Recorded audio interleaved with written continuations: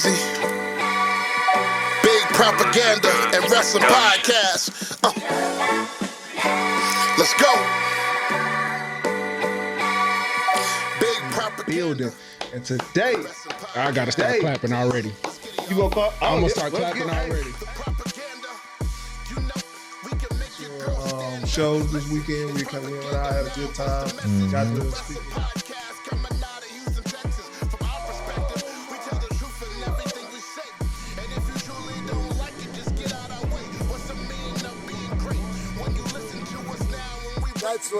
That's when I came in. So I had to say everybody else will, all the old guys will go. That's Mama right there, man. How are you? That's Clinton. That's Angel. Hey, what's up, brother? Here, sorry, guys.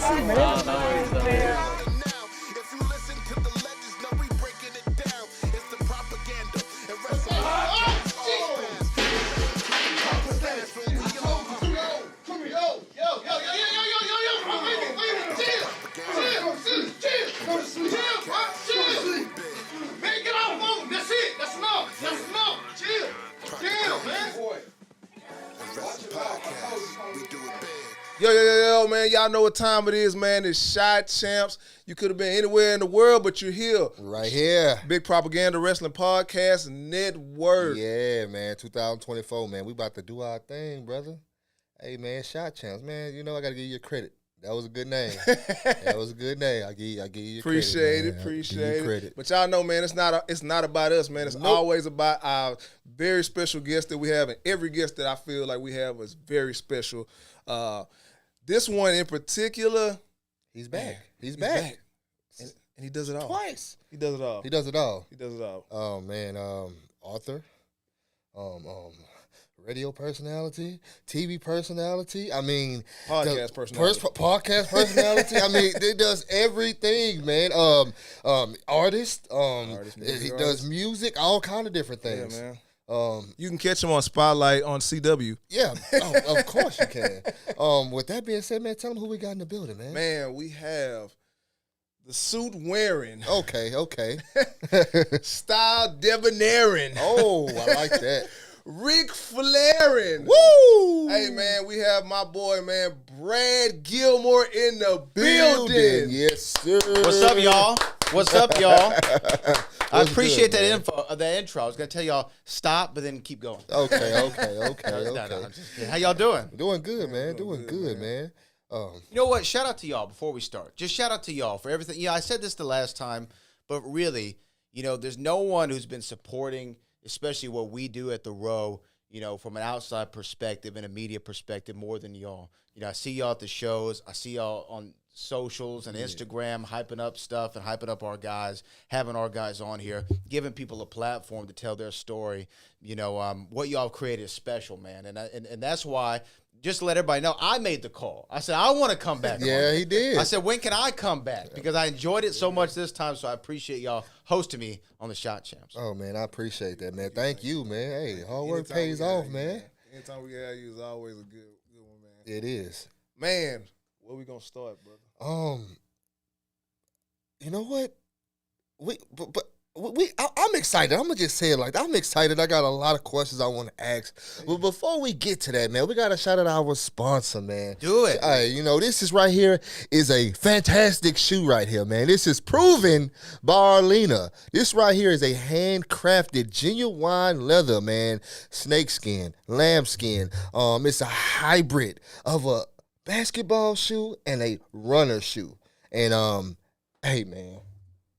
Designer shoelaces.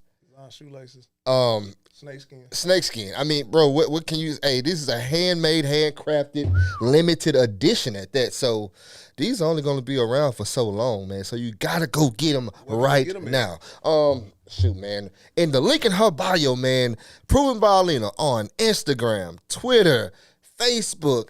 Every social platform, man. Proven by Arlena, man. Go get them right now. These are the hottest shoes, and guess what? They are the official shoes of the Big Propaganda Wrestling Podcast Network. Hey, man, tap in with her right now. Let me see this thing. Look at this. This is a beautiful shoe. Now, I'm somebody, if I'm not going to be, you know, in my dress shoes like I have on for y'all today, I don't step out of anything except for Jordan 1s. That's what I love. That's my bag, right? But these Come on, man. As soon as they brought these in, first thing I was asking Mike, I'm like, hey, what are these, man? Where can I get these? Yeah. These are awesome. These are a really awesome looking shoe, man. Look at that. And you know what's cool too is you could dress it up, dress it down. Yeah. I could wear it with the suit. I could throw these on with the suit. Look at that. Look at it in the camera. You know, that would look good. Oh, it does. You know what I mean? They It match does. everything. They got a winner there, man. That's a winner. I love them, man. I love them. Hey. Oh, man. Are you excited now? Clip that out. Put that on social media for your Definitely people. gonna clip that. We definitely going to clip We that. got an endorsement by BG. Hey, man, they're awesome. Hey, And I'm not just saying it. Those are dope shoes. appreciate that, man. Miss Arlena, hey, we got us a winner. That's a winner, man. We got us a winner. All right, man. Well, first I want to get to you because last year you was in it, and Yes. I know where this is going. Let's get to the last stand Rumble at Row on March The 9th. the 9th. It's tonight. Dude, we were talking, Mike and I were talking a little bit about this before you got here, but this is my favorite show of the year. Just like the Royal Rumble is my favorite show in the WWE calendar year. This was something that I think shout out to Kevin Barnhart and I wanted to do forever, and now this is the 5th one I believe that we've done, and we're 3 weeks away, and it's already sold out. You know what I mean? 3 weeks out. Now they're having to put more tickets out. We're having to try to find room because this thing is already sold out. You got the Boogeyman, who's an official entrant. Yeah. You've got Maven, who's an official entrant in the Last Stand Rumble. Wow. You've got Zilla Fatu, that's an official entrant in the Last Stand Rumble, making his return to the reality of wrestling. This event, I can't remember being so excited for a show this far out. And all the people know so far is just the Rumble match is going to be there. Yeah. You know, the rest of the card is going to be nuts. Wow. And when we can announce it, y'all are going to freak out about the matches that we have. So I did see one other thing, and it's more like breaking news on the Big Propaganda Wrestling Podcast. Two of my favorites are coming, who actually did the Tag Champs podcast, Gigi Ray and Promise Braxton, your favorite. My favorite, man. You know what? Actually, Gigi ran up on me the last time I was on this show. Wow. She was like, way to be biased, Brad. I'm like, look. I love Promise, and I love Gigi Ray as well, okay? I love them both. But, yeah, they're coming back from Japan, and I'm so proud of them. Oh, yeah. So proud of them going, to the land of the rising sun, able to learn that style of wrestling that's so different from what we do in the States. And I can't think of two people from reality wrestling, especially from the women, but from all the roster, who would benefit more from that. Promise Braxton's badass. Yeah. Gigi Ray, badass. And to go out there and mix it up a little strong style. Yeah. You know what I mean? A little strong style, and having to come back at the Last Stand Rumble, I'm excited for it. Definitely a good builder for their repertoire now. Yeah, man. It's adding to the resume. Yeah. It's one of the things Booker talks about in his teachings. You always want to have the tools in your tool bag. You might not always need a socket wrench, but if the time calls for one, you better have it in your tool bag. You might not always, wrestle a strong style match, but if you have that experience and it's in your bag, hey, man, it's good to have. Yeah. It adds to that resume. It makes you more well-rounded as a performer. Because one of the things is, think about it for a comic, right? If a comic goes out there and does an open mic night here in Houston, they might have certain jokes that they make about the crowd, like, traffic on 59 or whatever the thing might be, right? But then if that same comic now goes to New York, they're going to need different tools to pop that New York crowd. Correct. They're going to respond to different types of comedy if they go to Philadelphia, if they go to L.A., let alone if they travel abroad. And it's the same thing with being a pro wrestler. Every audience is different. The things that people want to see at reality wrestling in Texas City are going to be different than what they're going to see in Japan.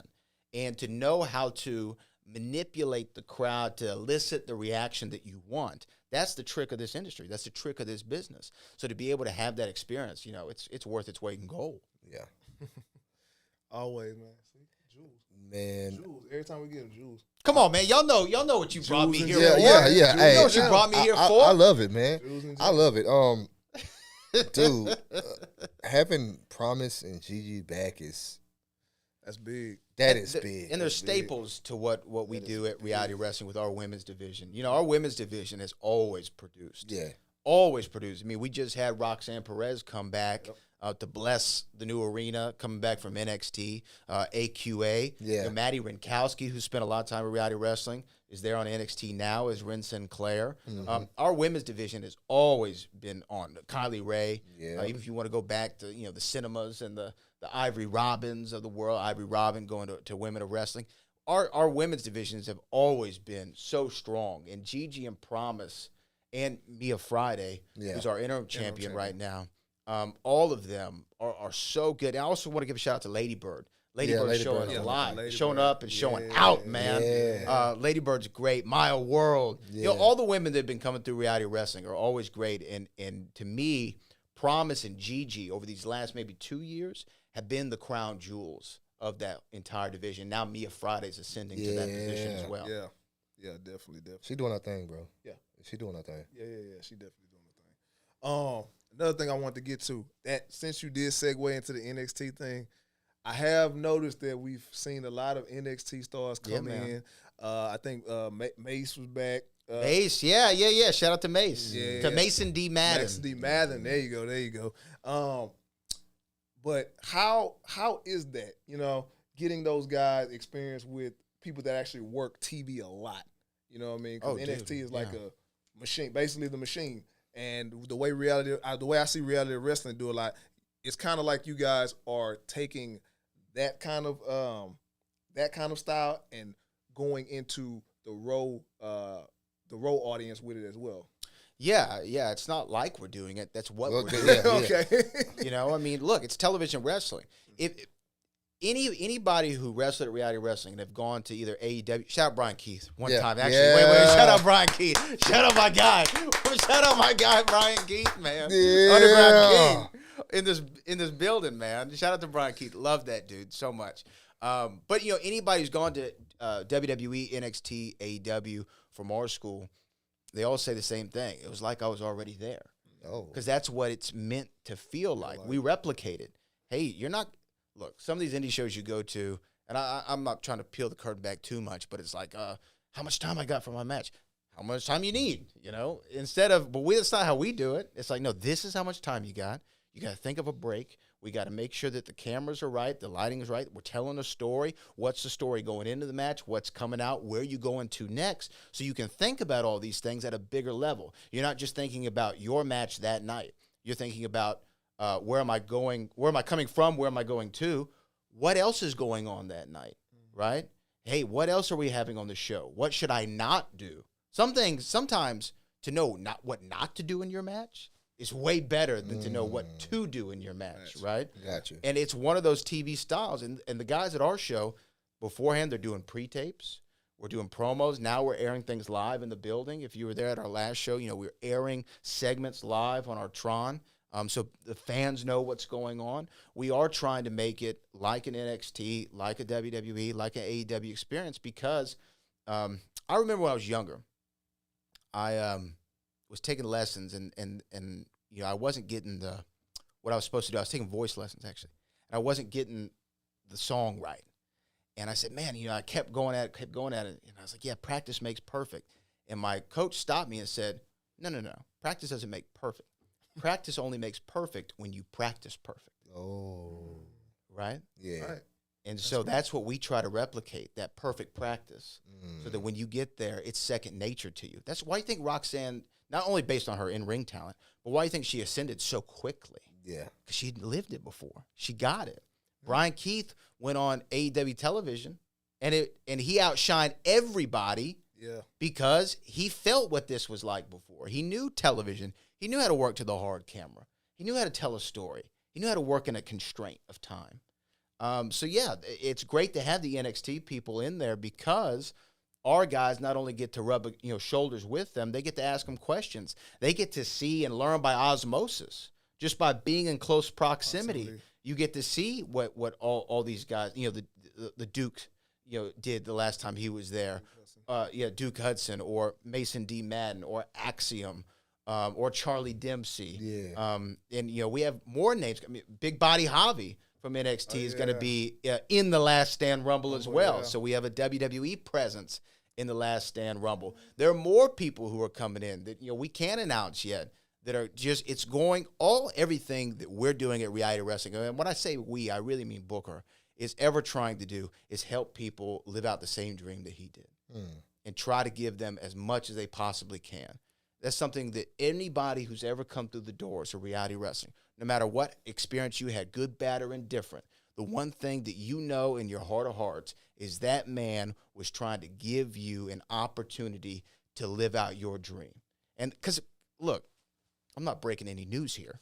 He's had a great career. Yeah. Right?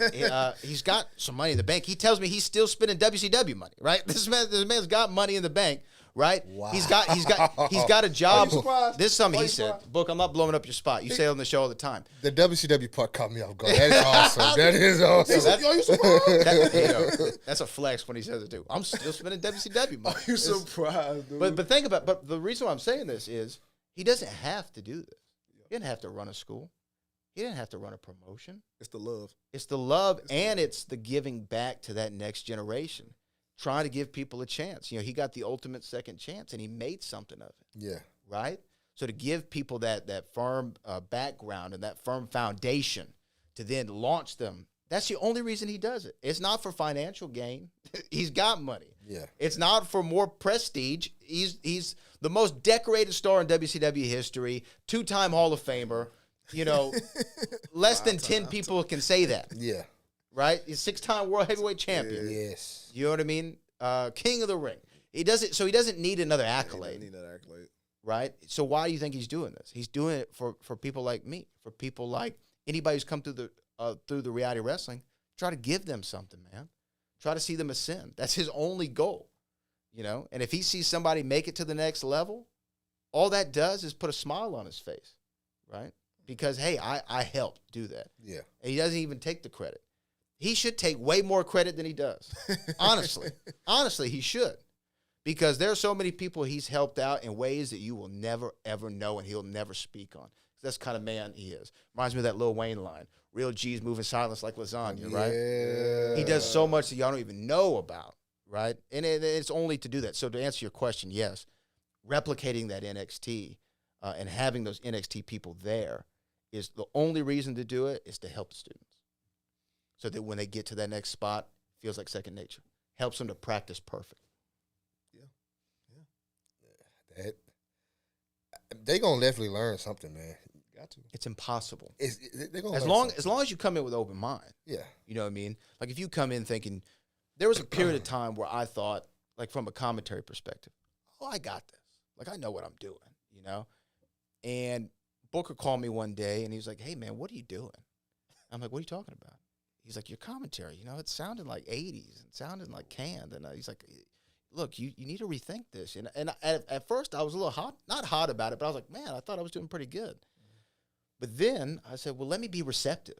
Let me not think that I know everything because obviously I don't. And when I went back and listened to it with a different set of ears, I go, oh, he's 100% right. Mm-hmm. I'm more thinking about the joke. I'm more thinking about popping the boys than telling the story. And so he course corrected me, right? So as long as you come in with an open mind, yeah, you're going to learn something. And even if you've been on the indies for 10 years and you come in, you're going to learn way more, you know? And most of the people on the indies, they're not there to help you. They're there to try to pack a show and sell some tickets, which is great. That's what they're there to do, right? It's a place for you to work. But you're not going to get the one-on-one attention that you get at Row anywhere else. Can I ask you a question? Yeah. Right now, who is your besides Promise? Who is your reality of wrestling breakout star right now, as of right now? If you're asking me right now, there's a few that come to mind, but the first name that popped in my mind is Dex the Line Dixon. You know, Dex Harm, the Dex Factor. X Factor. You know, he's kind of repackaged and has new purpose, and he's somebody who you could see everything starting to click for him. You know, from his presentation. Because I think so many people want to get caught up in putting on a 5-star match. You know? Yeah. And there's a time and a place for a 5-star match. Yeah. But you don't have to do it every time, and not everybody needs to do it. Yeah. And so what Dex has been doing recently, I think, is going to just set him up for where he really wants to go. But also, the other name that pops up is the remote controls. You know, Dante Marchese and Jay Knight. TRC, man, they're winning the crowd over, brother. Our boy, that's one of our boys. Yeah, man. Jay, man. Jay, Shout out man, to we Jay's a good dude. Before he even started like wrestling, he would always come to us and just ask us certain little things. We'd be like, nah, man, you just keep on training, keep on going at it, man. And now you see the finished product. Like, it's not the finished product, but the product that could be. So what's so funny about them is not only are they great, what they're doing, and they're really clicking with the crowd, and they're good dudes who listen, want feedback, want to get better, always on time. Everything, all the boxes they check of like personality and person. But the name, the remote controls, is their name, and I don't know if y'all know where this comes from. Do y'all know where their name comes from? No. Okay, so this is something that y'all will learn today. Then, as Kevin Hart once said, y'all gonna learn today. So we were in Vegas a few months ago, Booker and I, for a boxing event, and we're out there, and Booker starts talking about his old dance crew, which he had back in the day. He was a pop locker. I love to see that. I just love to see it. He was a Go pop ahead. locker back in the day, and the name of his dance crew was the Remote Controls, right? And when we were talking about it, I said, Book, that name is too cool to not reuse one day. I said, we got to name, and this was on our show. I was like, we got to name somebody that. And then when this team started coming around and we were trying to think of a name for him, Booker was like, what about the Remote Controls? And that's where, the name came from, his old dance crew. Booker has a pop locker. Wow. Trying to break it down at the can see Rhinestone it. Wrangler. I can That see was it. the name of the dance club. The Rhinestone Wrangler. Wow. I gotta see some old videos. Yeah, I we know. got- I I know wish- it's circulating. I know it's It's got to circulating be out there, somewhere. bro. Something. Somebody, Rhinestone Wrangler, if y'all are still in business. I think they were off Macau. Y'all still in business. In They South are. Park. They are. I know where that's at. You do? You know where the Rhinestone Wrangler is? I know where it's at. Honestly, when he first said that, I thought it was a male strip club. I'm like, the Rhinestone Wrangler. Wow. Yeah. Oh, Sounds like man. a gentleman's establishment. But yeah, the remote control. So those are Dex Harm and TRC. Okay. I thought you was going to say like Eli Knight. Oh, well, yeah. That guy is Duh. awesome. Duh. The series of matches that he and Danny Limelight just had, storytelling, man. Just such great storytelling. So many small things that both those guys did. And, it's easy to get caught up in the athleticism of Eli Knight. He's disrespectfully athletic is what he says. Yeah. And he is. I mean, the kid's incredible. But he does so many small things right from a psychology standpoint. It works up to that Superman press. He could easily go out there and flips. flip around and whatever. But that's not what he does, man. He builds up to that Superman press because kid's smart and he listens. And even when he was tagging in Culture Inc. at Reality Wrestling, like you saw, I love the Culture Inc. in general. Yeah. But you saw the athleticism there. But as y'all know, that's just one piece of the puzzle. Being athletic is great, but it's one piece of the puzzle. Not like Dusty Rhodes wasn't the most athletic person in the world, but he sold out arenas. Yeah. Why? Because he had the other intangibles, and Eli's developing those. Man, he's developing them so fast in a singles performance, which is hard for somebody. They had a tag team. Yeah. They was in a tag for so long. To figure out how to work singles, it's different. I think we're gonna see him with some reality wrestling gold around his waist as should. a singles competitor. He should, man. So, He should. He's great enough. And Danny Limelight, who's been coming in a lot, is another. Yeah. The man's bad. He's a bad Yeah, guy. he is. I love Danny Limelight, just from a promo, from a character, a guy who gets it and understands it at a very intimate level, at a very high level. And you can tell when he's out there, he's not thinking, he's reacting, which is the mark of a good performer. Yeah. I like Danny Limelight. It's kind of like a tongue twister. It's a little bit. Yeah, this kind of like a tongue twister. So another thing I would like to talk about, man. I know you're real big into music. Yeah. You put out albums. Book was on the last album. Yeah. That was pretty dope. What have you got going on right now for his music? Music, we're working that album, but one of the cool things that we did, or we're doing right now, that album, the band's 2011, Happiness, Sadness, Etc. is the name of the album. Guru over here put one of our tracks in his Instagram story the other day. Shout out to you, Richmond Ave. Richmond Ave. That's the name of the record. That's the one. I like that one. Yeah, I love Yeah, that one. that's the real H-Town one. But we've been together since 2006, right? And so many of the records that we made, some of them were really, really good, but we just didn't have the skill and ability to execute them the right way at that time. And so one of the things we're doing now is we're going back and looking at, 5, 6, 7 songs that we thought were really, really good, but we just didn't have the ability to make them as good as they could be. We're re-recording them right now, rewriting them, reworking them to put something out later this year so people can hear a more of a full sampler of everything that we've been able to do. Because we had a few albums before this last one. But, they just weren't up to stuff. Yeah. I'm sure you've got those You recordings gotta from 10 years ago. Yeah, where you got to go back and redo them every now, just Yeah. to see where you at, see how that could have been. Yeah, but it was cool to have Booker on the album, and because the story of the record was, the journey of life and the emotions that you go through, and sometimes you're really, really low, sometimes you're really, really high, but you still got to get up and go to work and get through the day and make it happen. And who better tell that story than somebody who's been there and lived it? Yeah. And he blessed us on that album. He had some funny moments for moments. sure. Oh, man, I was cracking up. He had some funny moments, but the first song on the album is called Rush Hour, and it's just him talking with our singer singing a hook on it. And that's something that I actually listen to almost every day just to put me in the vibe for the morning.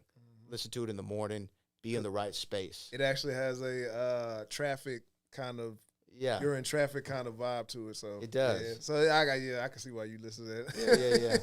For sure. So, yeah, man, just doing that because, whether it's wrestling or music or whatever, everything comes down to telling stories, and that's what I figured that I really like to do is being able to tell stories and, help people take their mind off stuff.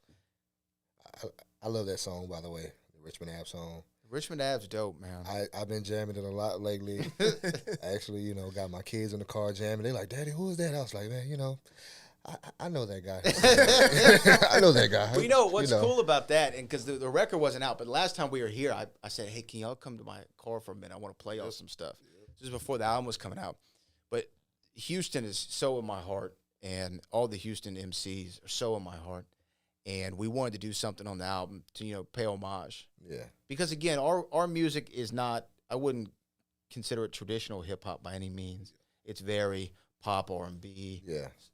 Hip-hop, a little bit of rock influence in there as well, a lot of guitars. But we wanted something that was just unabashedly straight up H-Town, paying homage, So even when people are like, "Who's that on the song?" I said, "Who's that on the song?" That's Houston on the song. That's not me. That's not anybody else. That's H-Town, Yeah. Because we were trying to embody a spirit more so than have a dope record. Embody a spirit of a city that created, everybody in this room, Booker, myself, everybody in the group. It's such a special town, I was at the Houston Sports Awards recently, and Lance Berkman was getting inducted into the Houston Sports Hall of Fame, famous center fielder for the Houston Astros, part of the Killer Bees lineup. And he said something. He goes, Houston, it's not the prettiest city. It's not the most inexpensive city. Traffic sucks. Yeah, but it still sucks. It still sucks. He goes, but the people are probably the best people in the world. And that resonated with me, because a lot of, I can't tell you many times, shout out to my friend Roxy, every time I talk to her, when you move into L.A., the answer is never. I have friends in New York. When are you going to come? Never. Never. Because this is where my heart is. And this is the city I believe in. And people like y'all, the Row, things that I'm doing, elsewhere, whether it be music or wrestling or whatever. It's all done to big this city up. That's the only thing I ever have on my mind. So that's why Richmond Ave was an ode to the city that really made us all who we are. I love that song. I love it. Yeah. It needs to be somebody's entrance song. You know what I mean? Hey. That's really what needs to happen. We need to give somebody that intro. You'd have to find it. You'll know the person to give it to when it'll be. Yeah. You know what I mean? They'll have the image and the It'll look and be there. everything. And you just have to just wait it out. Good records is what I tell people. Good records don't have a timestamp on them. Right. No, they don't. They're yeah.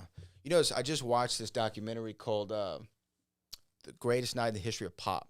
Have y'all seen this? It's on Netflix. It's about the song "We Are the World." Okay. From the '80s with the Michael Jackson record. Yeah. and all the things they had to do that night. They recorded that song in one night, right? It was recorded one night after the American Music Awards, and we're talking like Michael and Lionel Richie, Ray Charles, Stevie Wonder, all these people, right, who were on it. Time you can get them all Huey in the same Lewis, spot. Cyndi Lauper, Kenny Rogers, Willie Nelson, Dan Aykroyd for some reason was singing on the record. What's my man's name? Harry Belafonte. Yeah. You know, so many people were on that record. They all did it in one night, and it still stands the test of time when you hear that song, how great it sounds. So it's like what you said, greatness never goes on sale, right? I got another question. So, as a group, and I'm pretty sure it's like a brotherhood family. It is. When did, I'm gonna say for you, because since you're here, for you, when did you realize, hey, this is working, this is we're evolving, we're growing, and I like where we're going with this? You know, if I had to pinpoint a moment, there was a moment. So at the University of Houston, they used to have this thing called Frontier Fiesta. And that's where they bring in a big act, and it was kind of like I think it was like a spring break kind of thing or a summer thing. I can't remember really what it was, but it was a concert. And one year they would bring in people like Wale or Big Sean or whomever was huge at the time. Kendrick, I think, did it one year. One year they were like, hey, we're not going to do a big act. We want to bring in just like local people, right? And we happened to somehow know somebody who was organizing it. And we got put on the bill. Now we were going to be first, right? But we got put on the bill, and like getting on the bill. That's all I need. Just give me the time. Give me the moment. Yeah. And so I remember we walked out on stage, and it was the closest to feeling like a rock star I'd ever felt like, because when we walked out, the people popped because they knew the name. Because we had a nice little following for a minute. Really, we did about 10 years ago, 12 years ago. We had a big following. And they popped. And I remember looking at my bandmate Trey and going like, hey, that was a pretty cool reaction. And then they were reacting to the songs. And it felt like, and it was one of those great performances, I'm sure you know, where nothing screwed up. Everybody remembered their words. Yeah. Everyone was on beat. We could hear the music clearly. The crowd loved everything. It was just long enough. It wasn't too short. We didn't overstay our welcome. And we all walked off stage like, hey, man, like I think we're finally figuring this out. It only took 6 years, but we're starting to get somewhere. And it taught me more than anything that persistence pays, right? Like when I started Reality Wrestling back in 2012, we're at a Clear Lake Recreation Center. There's basketball goals in the background. The audio didn't match the video, and it was awful. Shout out to Kevin, but it was awful. He was learning. I was learning. Booker was learning. A whole different side of the wrestling game. And I knew, though, we all believed in the same thing. We thought singularly, but we acted collectively, and we believed in it, and we were persistent in it. And now if you see the show now, I mean, when I say it's TV ready, it makes sense because it's on television. People want to put this product on television because of what this show offers, and because we were persistent with trying to make this the best place that you can go, not just in the city of Houston, not just in the state of Texas, but all the Gulf Coast. And, I might be sounding like a homer here, but I don't know of a better school in the entire country. Not saying there aren't great schools and places to learn, but one like what we have, I really don't think, because nobody at Reality Wrestling only thinks about themselves. We're all thinking about the show. And how to make the show the best possible. I wanted to do I want to say a congratulations, because I was going through my notes. That's what I was trying to do, go through my notes, and I have my glasses on. But I've noticed the change in the actual name of the arena.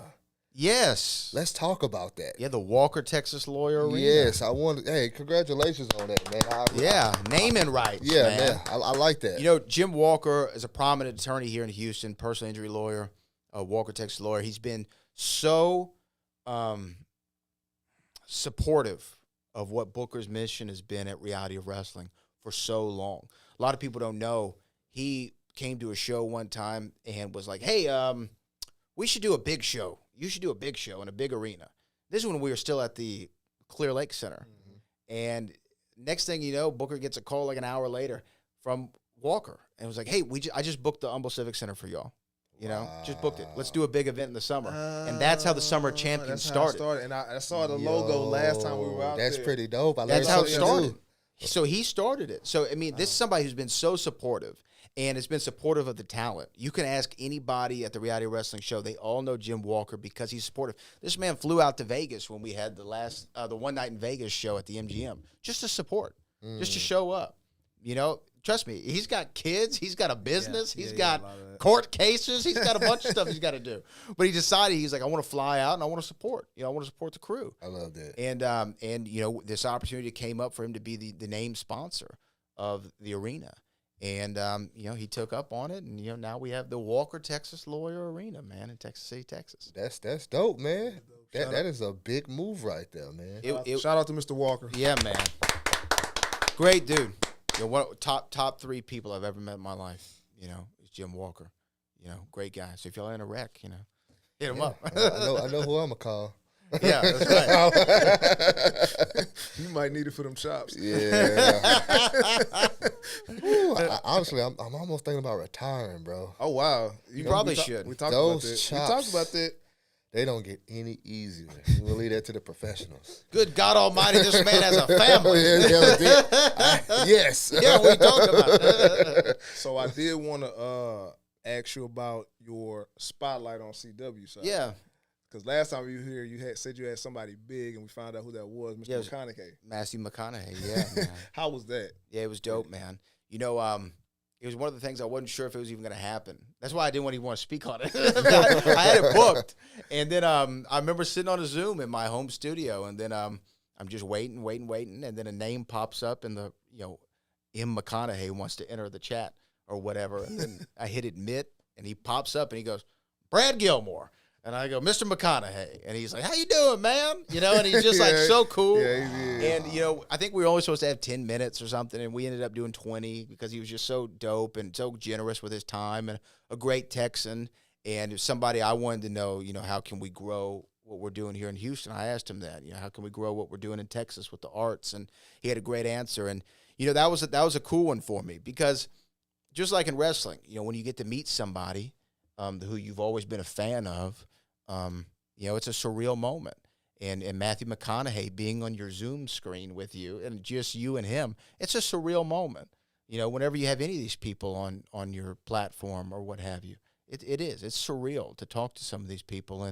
And everyone I've gotten a chance to do for the CW, they've been awesome, you know. They've been just so generous. And it's nice to, for so long, you know, you grind, trying to even get an interview with somebody.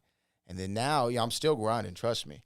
That never stops. We're from Houston. Like, it's just embedded in our DNA. But to get offers now, you know, for people like asking to come on, that's great. Yeah, like I asked y'all. Yeah.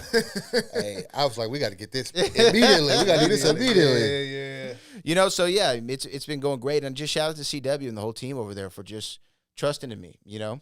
They don't ask who you having on. They don't say you can or can't do whatever. They're like, hey, man, we believe in what you're doing.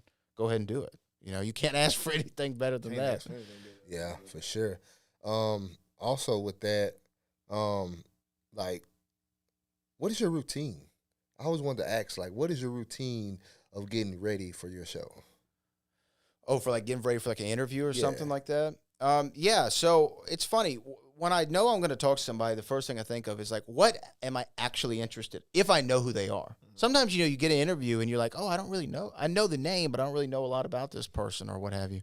And so I just think of like, what are the first couple things that pop in my mind, you know?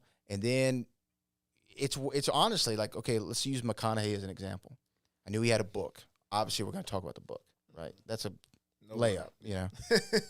But then I spend a few days with it, and I think, and like literally, it makes me sound like a crazy person. Like I'll wake up in the middle of the night and be like, oh, that's a good question. And I'll grab my phone, I'll write a note down.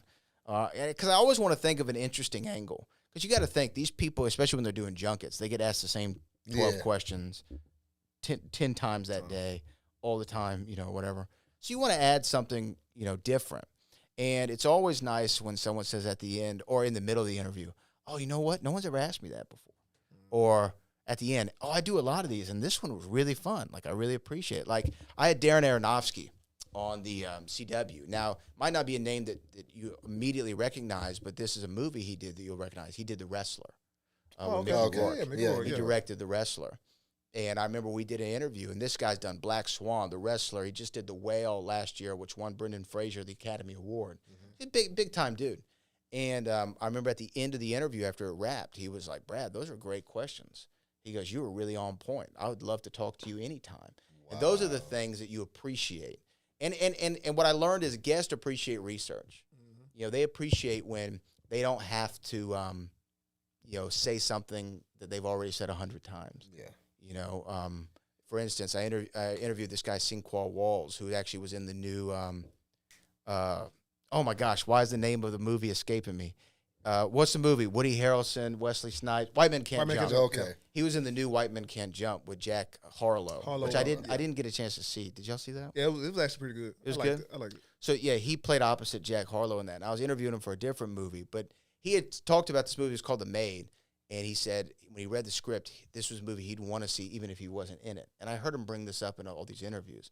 So when I interviewed him, I'm like, hey, I heard you say this is a movie you'd want to be in even if you weren't, or you'd want to see even if you weren't in it. He goes, I really appreciate you bringing that up because I'm tired of repeating it, you know. It just shows people you have research. So, I don't know, you tailor the experience to everybody, and you try to find a unique angle or something that you know that they may be passionate about other than the project they're promoting, right? You know, what's something that you're passionate about that we can tap into? Yeah. My next question is, I know you're an author. Yes. And I know you're a huge wrestling fan. Yes. Will there ever be a book written by you about your wrestling experiences? Oh, my wrestling experience? That would be dope. You know, that's interesting. I have never considered that. You know, to my publisher, I actually pitched an idea that got rejected. But WrestleMania 40 is coming up, and my guy I know who's actually here from the city, Shea Serrano, who's gone on to do a lot with The Ringer, but he had something called the Rap Yearbook that came out a few years ago, and it was the most important rap song from every year. You know what I'm talking about? I heard of that. Yeah. So shout out to Shay. And I pitched an idea to the publisher based off that of like, hey, it's 40 years of WrestleMania 40. How about we do the most important match from every WrestleMania over 40 years or what have you? But they didn't. They didn't go How for can it. you deny that though? I don't think that they. I don't know. I don't want to speak for them. They're great people over there. I don't know if they see the appeal of wrestling like we do. Yeah. But that would be interesting. Trust me, brother. I got stories. Hey, and from that, I want to go to your commentary as well because I got a video. It's funny. I think I sent it to you one day. BK, I think BK's music came on right after the match he had with Kenny King, and like you were more hyped than anyone in the arena. So that's why I was like, yeah, I love whenever Brad's on commentary because he just gives that energy that you need, man. Yeah. You have to have that. A commentator definitely needs to be your biggest hype man as a wrestler. Yeah, you know, we do things at a you know, I appreciate that. I really appreciate that because, again, I don't ever want anybody to walk away after watching a reality wrestling show saying, oh, man, the commentary was so great because I want them to really focus on the stories. Yeah. It's always nice to hear, but I always try to do whatever I can to elevate the talent in the ring. And sometimes it's making stuff up about their background on the fly. You know, I've had some guys come up to me before and they're like, I was a college athlete. I'm like, oh, you look like one to me. So I just decided to say it. And then sometimes like some of the great freestyles like Rex Andrews, who wrestled for us for a long time. Yeah. One day as a freestyle, I called him the precision tactician. It just came out of my mind. It just sounded cool, you know, and that ended up being his moniker. And it went so far as when Booker was on commentary for Raw, he started calling Samoa Joe the precision tactician, and he called him that at WrestleMania. And that was just a freestyle, you know, that went all the way, and it was cool. And I was like, use it, Book, use it. You didn't have to ask permission or anything because it was such a great line. So again, I always try to. I don't ever want to be noticed as, you know, oh, he's doing such a great job because I really want to focus on the match. But we do work in sync together, and where what people don't realize at reality wrestling is we think a lot about what the story is going to be. We talk a lot about what the match is going to be. I'm talking about from a commentary perspective. Mm-hmm. Shout out to Kirby Carrion and Brittany Houtland, who are my colleagues on the desk. We talk a lot, man, and we have a whole row a broadcast team chat. Yeah. You know, it's not just on show day. We're talking like, hey, what do you think about this? Let's do this. Hey, this was good. This wasn't good. Let's work on that. How can we get better? And we always thinking about The how we can casual improve. fan wouldn't know that. The casual fan wouldn't know that. But see, like us, we would know it just off of how we respond. So like even when we do this podcast, me, him, and our other guys, we are all, hey man, what question you guys want to ask? Like Right. way before, like even you today, we got together and was like, hey man, we want to ask this. Nah, we throw that out. Nah, don't ask me that. Yeah. Well, no, but again, that's a mark of a true professional, right? Is you're thinking about the broadcast, and I will say, I don't know what happened in the last 3-6 months, but my mind has been all reality wrestling all the time. Like I'm sure Booker, Kevin, and Sharmell are sick of me by now because I call them every day. Like, hey, what if we did this? What if we did that? And vice versa. Like we have the Row Games coming up, which is something we just I announced. saw that. The Row I Games saw is that. massive. This is a massive idea. This is a search for the ultimate athlete. This is the brainchild of Booker T himself. 10 men, 10 women are going to compete. Winner gets $5,000 in their pocket. Hey, man, open tryouts are going to be there. Boogeyman's going to be running the tryouts. I think, hey, you might want to try it. I'm gonna let you do that because he's the athlete over here. Look, man, I say do it. And this is because a lot of people don't realize Booker back in the day tried out for the Gladiators, American Gladiators. He got eliminated in the first round. Like, he didn't even make it to the games. He got eliminated. I think he said in the tryouts. I believe is what he said on our show recently, or maybe he made it further. But nevertheless, he tried out for him, and I think this is based off that experience of him, going out there and testing himself. And so stuff like the Row Games is again what sets us apart from everybody else. Just innovative content, innovative shows, trying new things out, not being afraid of that. And trying to really trying to expand our programming and our content on the YouTube channel. Okay. And making new things. Speaking of that, you said channel and my mind snapped. Okay, the merger. I saw something about a merger of like Reality of Wrestling and some other promotions coming together. Oh, yeah. So not so much a merger, but a working relationship with Championship Wrestling from Hollywood and Memphis Wrestling. Oh, okay. Shout out to Dustin Starr and Dave Marquez. A talent exchange because, again, like we talked about with Gigi and Promise, letting people test their abilities in different areas was going to help sharpen you as a performer, as a pro wrestler, I should say. And what Booker wants to do and what Rowe and Dustin Starr at Memphis Wrestling and Dave Marquez at Championship Wrestling from Hollywood want to do is share talent so that people can learn in different environments. Yeah. It's kind of like, you play well at home, right? How you do on the road? How you do on the road? Got you. How you do on the road? And it's mimicking that travel schedule. Got to get up, got to catch a flight. I got to find the building, got to park, got to get acclimated, got to get the hotel room, got to get the rental car. And it's, again, giving you that experience because so many people don't think about what goes into being a pro wrestler. The travel is half of it. Yeah. And so, thank you for bringing that up. Memphis Wrestling and Championship Wrestling from Hollywood, you'll start seeing definitely in the coming months more of a talent share. Will Allday is going to be in Memphis Wrestling. Oh, that's pretty dope, man. I definitely had to bring that up. And, man, Look, it's I the love reality it. of wrestling, I love man. it. We're the talk of the town. Yeah. You know what I mean? Zilla Fatu back in the fold. Maven's in the building.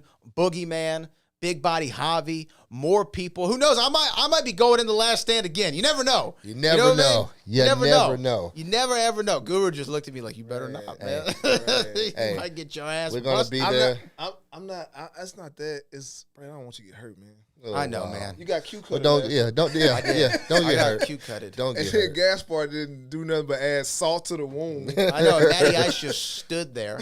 Could have helped me out. Could have done something. Yeah, man. Matty Ice. Matty Those Ice. guys. Have you had him on this show? Yes, they was on the Oh, tag I'm sorry team. about that. Yeah. Nah, I'm sorry y'all had to deal with that. Oh, we're buddies. Yeah. Yeah. What a terrible human being. We're actually buddies. Matty, he's Oh, a terrible man. person. He knows it. Well, You know what? hey, He's back in Chicago now. He's gone now. There's nothing he can do about it. well, with that being said, man, before we get out of here, man, we just want to say thank you so much, man. It's been an honor. Just all around good guy, man. Can't wait to have you back man, again. It's y'all. That's why I wanted to come back. Again, like I said at the top, I appreciate what y'all are doing.